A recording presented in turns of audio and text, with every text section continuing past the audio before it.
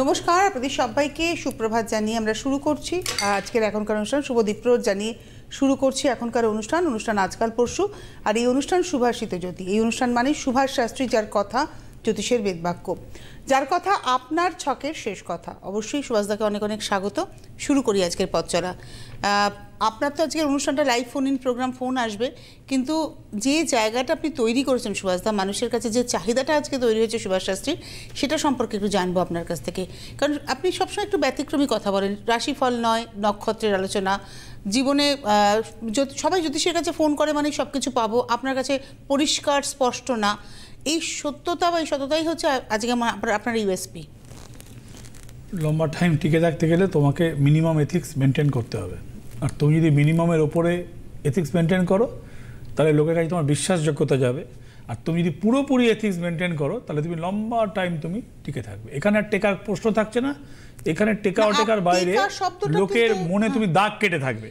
আপনার ক্ষেত্রে টেকা শব্দটা কিন্তু না, আপনার শব্দটা হচ্ছে প্রতিষ্ঠিত হওয়া, লোকের মনে দাগ কেটে থাকা। কেন কি আমার প্রোগ্রামের মূল মন্ত্র হচ্ছে যে আপনার দৈনন্দিন জীবনে কি চেঞ্জেস আমি আনতে পারি। এক, সেটা নক্ষত্র ভিত্তিক হতে পারে, আপনার রাশি ভিত্তিক হতে পারে।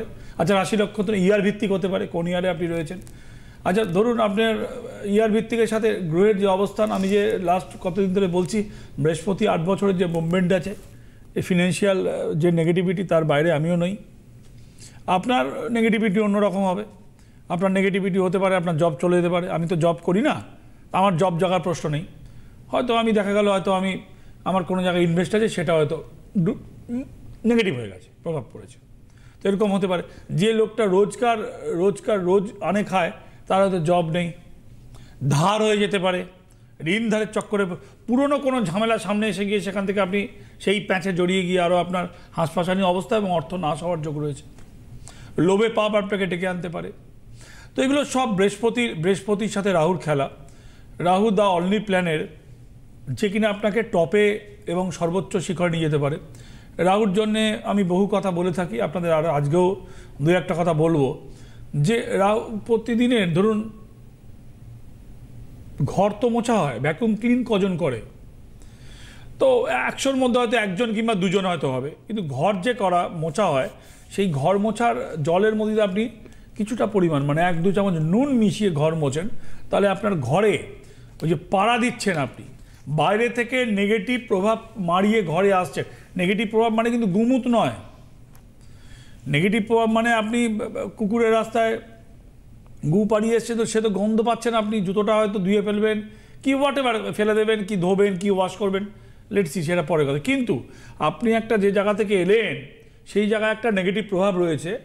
আপনি ঘরে এলেন, গায়ে কোনো দুর্গন্ধও নেই, গায়ে কোনো কুকুরের গু, জুতোতে কিছু নেই, কোনো অন্যরকমও কিছু গোবর টোবরও মারার নেই। তাহলে আপনি কি করে বুঝবেন যে ওই কোনো জায়গা থেকে আপনার সাথে নেগেটিভিটি আসছে কি আসছে না? এটা ফাইন্ড আউট করা আপনার জন্য খুবই ডিফিকাল্ট, অসম্ভব অলমোস্ট। কারণ এটা এভরিডের ব্যাপার, প্রত্যেক দিনের ব্যাপার। তো সেই রকমের জন্যে ঘরে যদি আপনি ঘর মুছছেন, যে কোনো গৃহস্থী ঘর মোছা হচ্ছে, পোছা তো পরেই একবার ঘর, তাতে যদি 1 চামচ 2 চামচ নুন মিশিয়ে আপনি ঘরটা মোছেন, যখনই মুছুন না কেন, সেটা আপনার রাহুর প্রভাব থেকে আপনি রিলিফ পাচ্ছেন। আপনি যদি গোগুলের সাথে যদি ওই যে কর্পূরের ঢিলিগুলো মুড়ে রেখেছেন, সেগুলো যদি কমেনি, তাহলে আপনি সপ্তাহে 1 দিন করে ওই গোগুলের সাথে আপনি ওই কর্পূরের ঢিলিগুলো মিলিয়ে আপনি সন্ধেবেলায় ধুনো দিতে পারেন, এবং আবার নতুন করে কর্পূরের সাদা কাপড়ে করে একটা পুটুনি মতন করে এরকম দিলেন, এরকম করে বেঁধে কোনায়, বাড়ির 4 কোনা কিংবা ঘরের কোনায় রাখতে পারেন। দেখবেন যদি উবে যায়, কর্পূর উবে গেল, বেটার। মানে এটা আপনি বাস্তু কারেকশন বলছেন? এটা ওভারঅল আমরা এই ফ্লোরে বসে রয়েছি, এই ফ্লোরে ধোঁয়া উঠলে আমরা নাকে দিয়ে যাবে, এই ফ্লোর ঠান্ডা হলে আমাদের শীত করবে, এই ফ্লোর যদি লোডশেডিং অন্ধকারে আমরা দেখতে পাবো না। তো এটা সবার যে যার জায়গায় বাস্তু কারেকশন কথাটা বলতে আমরা কি বুঝি? বাস্তুর কোনা বুঝি, বাস্তুর নেগেটিভিটি বুঝি। বাস্তু কারেকশন তো ভেঙে ফেলা নয়। ভেঙে ফেলে বাস্তু হয় নাকি? তুমি তো ফ্ল্যাট কি করে ভাঙবে? প্রমোটার ফ্ল্যাট বানিয়েছে, সে তার জায়গা বাঁচিয়েছে, সে তার স্কোয়ার ফুট বাঁচিয়েছে, সে বিজনেস করে বেরিয়ে গেছে। আপনার মাথার উপরে কার নালি দিয়ে জল গেছে, এরকম আমি একটা ডাক্তারের চেম্বার জানি, সে আমাকে নিয়েও গেছিলো, সে প্রতিষ্ঠিত কলকাতার ডাক্তার, চোখের ডাক্তার। তো যাই হোক, তার উপর থেকে একটা পায়খানা এবং একটা মুখ ধোয়ার জলে যাচ্ছিল, গোল হাফ রাউন্ড কাটা। সে 40 লক্ষ টাকা মানে খয়রাতি দিয়ে সেটা বেচে দিয়ে বেরিয়েছে, তাও 4 বছর পরে 40 লক্ষ টাকা খয়রাতি, তাও অলমোস্ট তার টাকা মানে হাফ হয়ে গেছে, কিছু করতে পারলো না আলটিমেট। ও যে নিয়েছে, যে কিনেছে, সে তো লোভে পড়ে কিনেছে, কম মানে বেশি মাল কমে, ওরও খয়রাতি দিয়ে বেচতে হবে। কেউ ফোনে আছে? কে আছে? নমস্কার, কে রয়েছেন? হ্যালো হ্যালো, আমি চন্দননগর থেকে বলছি। বলো। আমি নামটা বলতে চাইছি আচ্ছা, না। বলতে হবে না, বলো। দাদা, আমার প্রণাম নেবে। বলো। আমি 2000 মানে ওই 19-20 ওই করোনার আগে আপনাকে দেখাতে গিয়েছিলাম। আচ্ছা।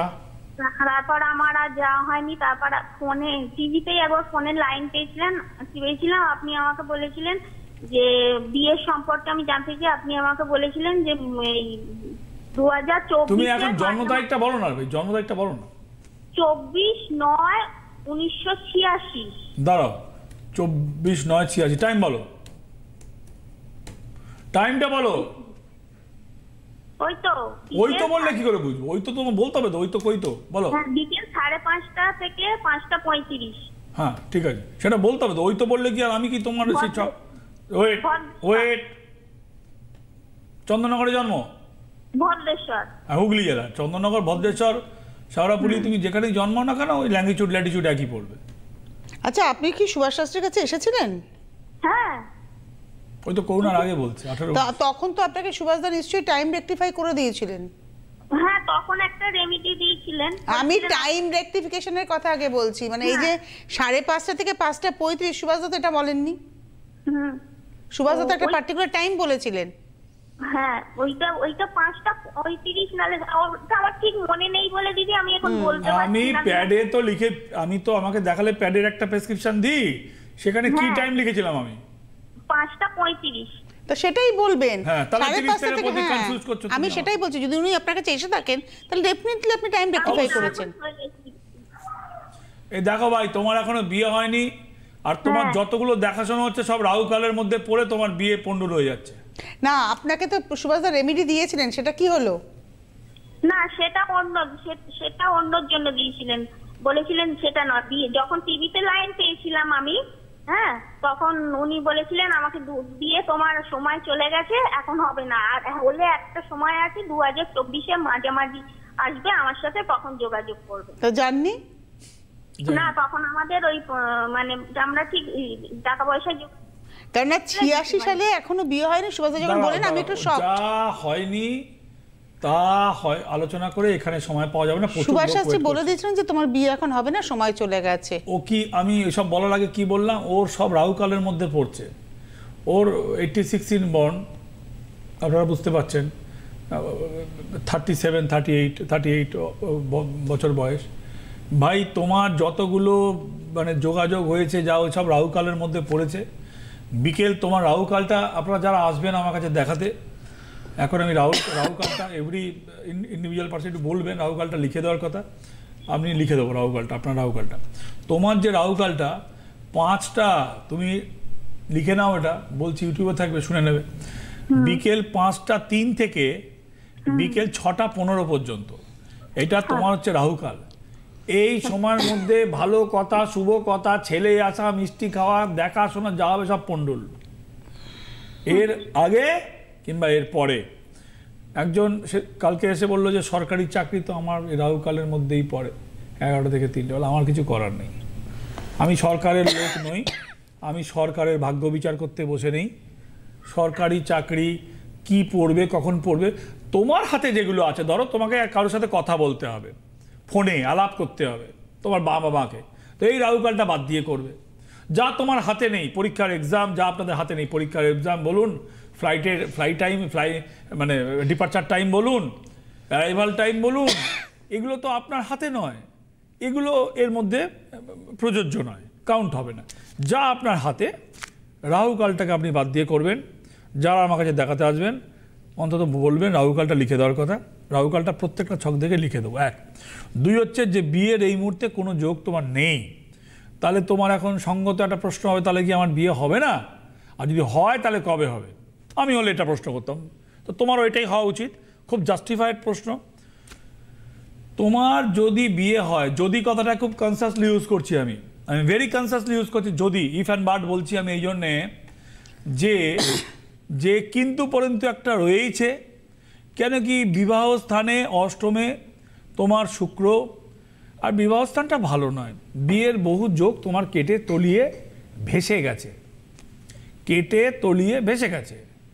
এখন তোমার আরও কিছু স্পেস বাকি রয়েছে, সেইটা হচ্ছে যে এবছরে যদি হয় সেপ্টেম্বর থেকে অনওয়ার্ডস 2026-এর এপ্রিল পর্যন্ত একটা যোগ আছে। যদি ওই যোগকে কাজে লাগাতে পারো তাহলে তোমার এই দফায় বিয়ে হবে, নাহলে এই যোগটা চলে গেলে আবার যোগ এলে বিয়ে হবে। তোমাকে বলেছিলাম 2024-এ তুমি আমার কাছে আসবে মাঝামাঝি নাগাদ, তুমি দুর্ভাগ্যবশত আসতে পারোনি, ওটা তোমার চলে গেছে। আচ্ছা আমি একটা প্রশ্ন করব, বলো। ওর কাছে আপনার তুমি লাইনে থাকো, বলো। ওর কাছে আপনার একটা রেমেডি আছে যেটা অন্য কোনো পারপাসেও সেটা ওর হয়ে গেছে, হ্যাঁ, সেই কাজটা ওর মিটে গেছে। হ্যাঁ। তো ও কি বিয়ের জন্য আপনি যেটা বলছেন সেটা কি ওটাকে রিসাইক্লিং করতে পারবে? আপনি বলেছেন যদি ওকালতির ব্যাপার হয় তাহলে কিন্তু সেটা করা যাবে না। ওকালতি, আইনি এবং বিবাহ বিচ্ছেদ এগুলো হলে সেই রেমেডি করা যাবে না। এইটা হতে পারে, দেখতে হবে। এবার ও কি কারণে নিয়েছিল সেটা যদি বলে তাহলে আপনি বলতে পারবেন যেটা রিসাইক্লিং সেটা আসতে হবে। রিসাইকেল করলে যা কস্ট হয় তার 1/4 স্টেট 1/4 যা আপনি রেমেডি নিয়েছেন। ধরুন আপনি একটা রেমেডি 10 টাকায় নিয়েছেন, ওটা মূলত 2.5 টাকায় চলে আসবে। রিসাইকেলিং হলে 4 ভাগের 1 ভাগ, কোথাও 4 ভাগের 5 ভাগ, কোথাও 10 মানে 1 ভাগের 4 ভাগ, কোথাও 1 ভাগের 5 ভাগ পড়ে, কোথাও 1 ভাগের 3 ভাগ পড়ে, ক্ষেত্র বিশেষে পড়ে, ডিমান্ড অনুযায়ী সেখানে। মানে ওনার প্রবলেমটা কি ডিমান্ড করছে, হ্যাঁ, ওকে আসতে হবে। তাহলে এসে এই যে টাইমিংটা বললাম, আগের রেমেডি, সেই রেমেডিটা নিয়ে আপনি আসবেন সুভাষদার কাছে, দেখাতে নাম লিখিয়ে বুকিং করে দেখাতে আসতে হবে। যেমন বুকিং করে আসতে হয়। যাব মানে কত যাব, আমি সেটাই জানতে চাইছি আপনার কাছে। উনি আসতে চাইছেন। তুমি মার্চের পরে এসো, বেটার হবে। ধন্যবাদ। সুভাষদা, আমি একটা কথা বলি, কেন আপনার কাছে মানুষের এত আশার তাগিদ? আমার যেটা মনে হয়, এই যে আপনি দারুণ প্রশ্ন একটা করেছো, জনগণের জন্য ভাবেন। এই যে ধরুন ওর কাছে একটা রেমেডি আছে, বিশ্বাস করো বহুবার মনে হয়েছে মানুষ কেন আমার কাছে আসবে। বাই তুমি বললে, দেখুন আমাদের এই অনুষ্ঠান হয়, আপনাদের শুনে অবাক লাগবে, কোনো স্ক্রিপ্ট নেই, না কোনো কথা নেই, ডবল রাখ, কোনো কথা নেই, অদ্ভুতভাবে অনুষ্ঠানের আগে কোনো আলোচনা নেই, ডবল রাখ, জিরো আলোচনা, জিরো কনভারসেশন, খোলা ছুট রয়েছে। এনি টাইপ অফ কোশ্চেন তুমি আমাকে জিজ্ঞেস করতে পারো, আমি সাধ্যমতো তার উত্তর দেবো। একদম এটা একদম অনেস্টের সাথে বলছি। আপনাদের শুনে অবাক লাগবে, মানুষ কেন আসবে? মানুষ আসবে, আমার ফিস বেশি তবুও কেন আসবে, এই প্রশ্ন তো আমারই মনে এসছে। মানুষ আসবে এই জন্যে, মানে মানুষ আসে এই জন্যে যে সে এত টাকা বেশি দিয়েও সে না শুনে, কোনো সময় আমার থেকে মুখ খেয়ে, আমার থেকে মুখ ঝামটি শুনে সে বেরিয়ে যায়। বেরিয়ে গিয়েও কোনো লোক বলে বাজে লোক, আই এগ্রি, কিন্তু সময় তাকে বলে দেয় আমার কথা বাজে ছিল না, ঠিক ছিল। তাকে আবার 5 বছর 7 বছর পরে ঘুরে আসতে হয়। আচ্ছা আপনি বলুন তো, আপনি আমাকে টাকা দিয়ে আসছেন, আপনাকে আমি দাঁত খেঁচাচ্ছি, রাগ দেখাচ্ছি, ইরিটেট হচ্ছি, মুখ করছি, তাড়িয়ে দিচ্ছি কোথাও, হোয়াট ইজ মাই বেনিফিট? মানুষ আমি হলেও বুঝতে পারতাম না। সময় কিন্তু রিকল করে, সময় তার নিজের মধ্যেই রিকল করে, এবং সে আমার কাছে ডিসস্যাটিসফাই অন্য জায়গায় যাবে, গিয়ে সে তাকে অল্প পয়সা ভিজিটে দেখাবে, সে রেমেডি নেবে, কিছু হবে না, আলটিমেট আমার কথা মনে পড়বে, সে পরে আমার কাছে আসবে। সিম্পল 1। 2 হচ্ছে, কোথাও আমার লোক আমাকে দেখানোর জন্যে পলিশড করা এবং একটু ভালোভাবে বুকিং নেওয়া, সবাই এসে বলে আপনার লোক না খুব ক্যাচ করে। আমি বললাম কোনো টার্গেট দেওয়া নেই ওদের কাছে, কোনো টার্গেট দেওয়া নেই যে একটা বুকিং ধরলে তুমি জিরো, কিছু পাবে না। আমার যা স্যালারি তুমি সেটাই পাবে।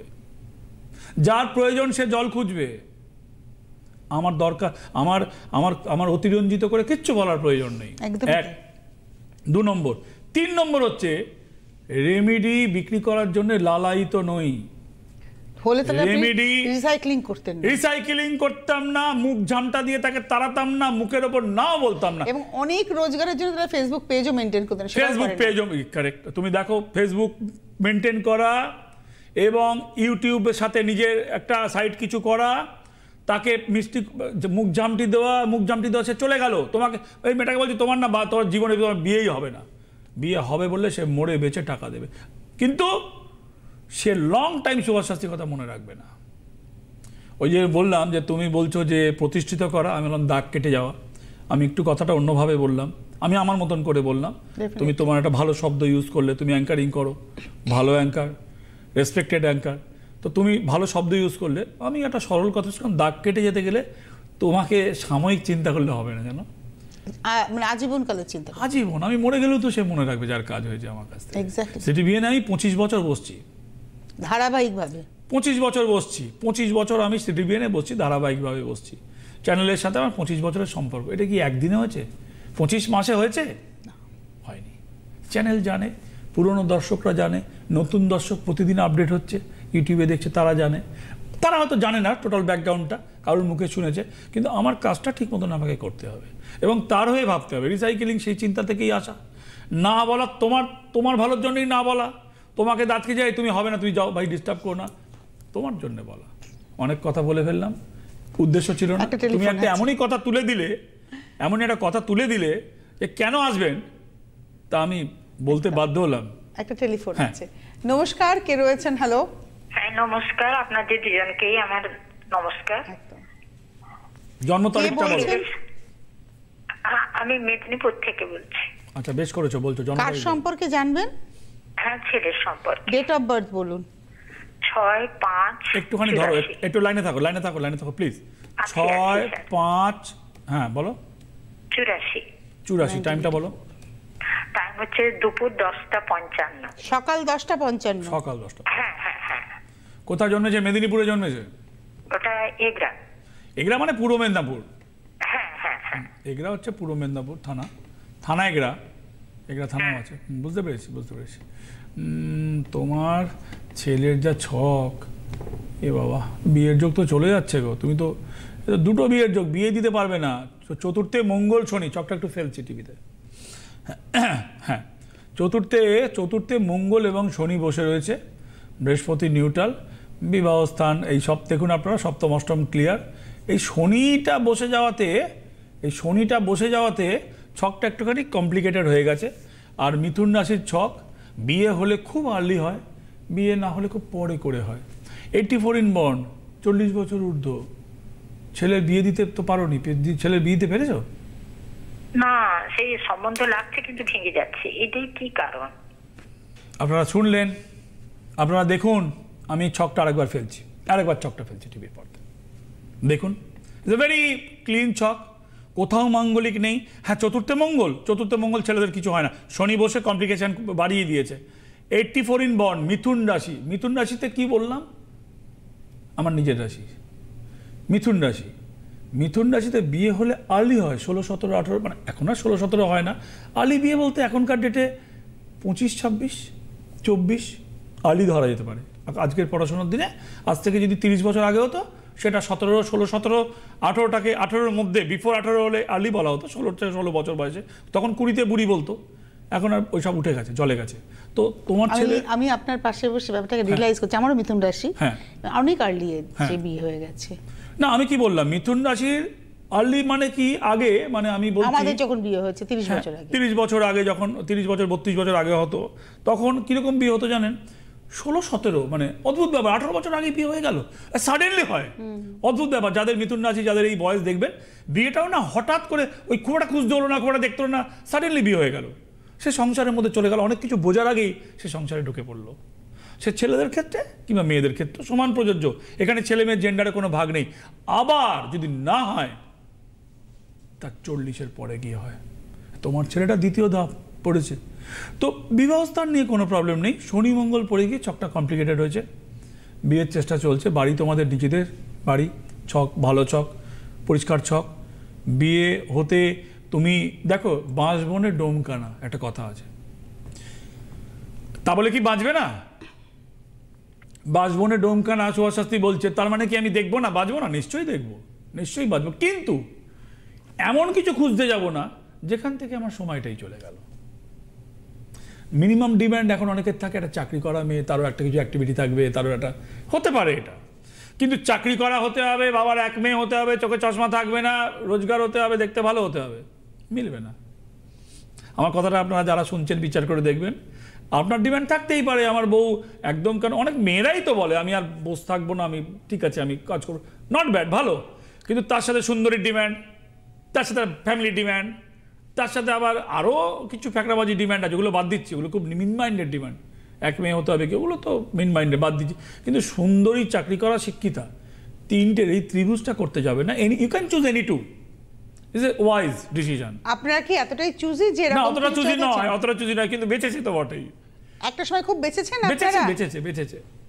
হ্যালো, দেখা হয়েছে কিন্তু কথা হচ্ছে কিন্তু কোথাও দিয়ে ভেঙে বেঁচেছে তো বটেই।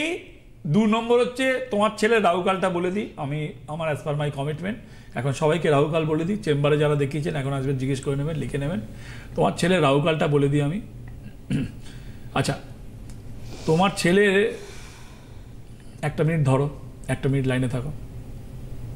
ওরে বাবা, দেখুন তোমার ছেলে রাহুর আন্ডারে রয়েছে, বুধ রাহু চলছে, অর্থাৎ কিনা এপ্রিলের পরে থেকে যোগাযোগ শুরু, মানে যোগাযোগ তো চলছে, কার্যকরীর মতন সিচুয়েশনে আসবে। আর হচ্ছে রাহুকালটা হচ্ছে যে সন্ধে, 2টো রাহুকাল আছে এখানে। একটা হচ্ছে সন্ধে 7টা 2 থেকে 8টা 5 পর্যন্ত সন্ধেবেলায়, আর একটা সকালবেলা 10টা থেকে 10টা 35 পর্যন্ত। এই 2টো রাহুকালটাকে বাদ দিয়ে কথাবার্তা এগোবে, এপ্রিল থেকে যোগ শুরু হবে। সুভাষ শাস্ত্রীর কাছে আসার প্রয়োজন নেই, শুনতে হবে কি বলছি, শুনতে হবে। শুনবো না কথা, কথা বলবো তারপরে কথা শুনবো, শুনবো না আগে কোনো কথা।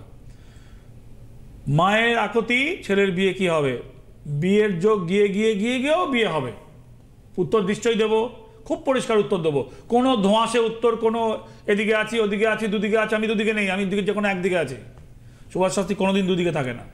বিয়ে হবে, আমি বললাম মিথুন রাশির হয় আর্লি এজ বিয়ে হয়, নয় বিফোর এজ বিয়ে হয়। বিফোর এজ মানে মেলানোর জন্য বললাম 40 পার করেছে, বিয়ে হবে এবছর এন্ড, এই বিয়ে হবে 25 সালেই বিয়ে হওয়ার যোগ।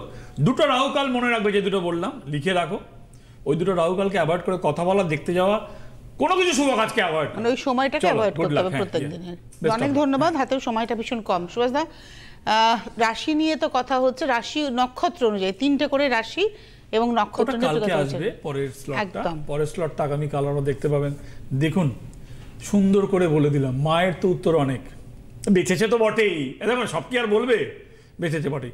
আমি কি বললাম, ঘরে যখন পোছা লাগাবেন আপনি ইউ ক্যান স্পিক বাস্তু বলতে পারেন, আপনি বলতে পারেন আমি না এটাকে বাস্তু বলবো না, আমি বলবো এটাকে আপনার প্রতিদিনের যে কর্ম, বাস্তু না যা ওয়ান টাইম করা হয়, আপনি যেটা বলছেন কর্মাটাকে ক্লিন করা, ইয়েস, বাস্তু যা ওয়ান টাইম করা হয়, আর যা তুমি রোজ করছো তা তোমার বাস্তু তো নয়, এটা কর্মা ক্লিন। ইয়েস, তোমার প্রতিদিনের যে তুমি যে নেগেটিভ এনার্জি আর্ন করছি। আচ্ছা, প্রতিদিন আমরা দাঁত মাজছি, দাঁতের মধ্যে খাবারের গুঁড়ো জমছে, প্রতিদিন ঘাম হচ্ছে, সাবান মাখছি, তো এইগুলোকে প্রতিদিনের যে কর্মটা আছে না, ওইখান থেকে যে নেগেটিভ এনার্জিটা পুট করছিল সেটাকে ধুয়ে দেওয়া। এটাকে আমি বাস্তু ঠিক প্রপার, এটাকে বাস্তু বলবো না আমি আমার। আচ্ছা, যদি ধরুন সারাশি পোড়াতে কী কী কাজ হয় জানেন? লোহার সারাশি, এখন আবার নিকেল ফিকেল দিয়ে কিছু উঠেছে, লোহার করা, লোহার সারাশি। দেখুন অনেকের বাড়িতে লোহার ফার্নিচার, লোহার ফার্নিচার দেখবেন কালো রং হয়, লোহার কালো রং, অদ্ভুত ব্যাপার। আজকে আর হাতে সময় নেই বিদায় নেওয়ার, ফোনগুলো ওনার ছেলের বিয়ে হচ্ছে না, আজকে হাতে সময় নেই বিদায় নেওয়ার পালা। সকলে ভালো থাকবেন। সুভাষদা মানেই হচ্ছে আমাদের ভালো থাকা, এবং সেক্ষেত্রে অবশ্যই বলি মায়ের আশীর্বাদ, গুরুদেবের নির্দেশে তার এই পথে হাঁটা এবং আপনাদের মনের মণিকোঠায় জায়গা করে নেওয়া, তার কথা জ্যোতিষের বেদবাক্য হয়ে ওঠা। অনেক ধন্যবাদ আপনাকে সুভাষদা, ধন্যবাদ আপনাদেরও। জ্যোতিষ হলো বেদের অঙ্গ, আর সুভাষ শাস্ত্রীর কথা জ্যোতিষ জগতের বেদবাক্য।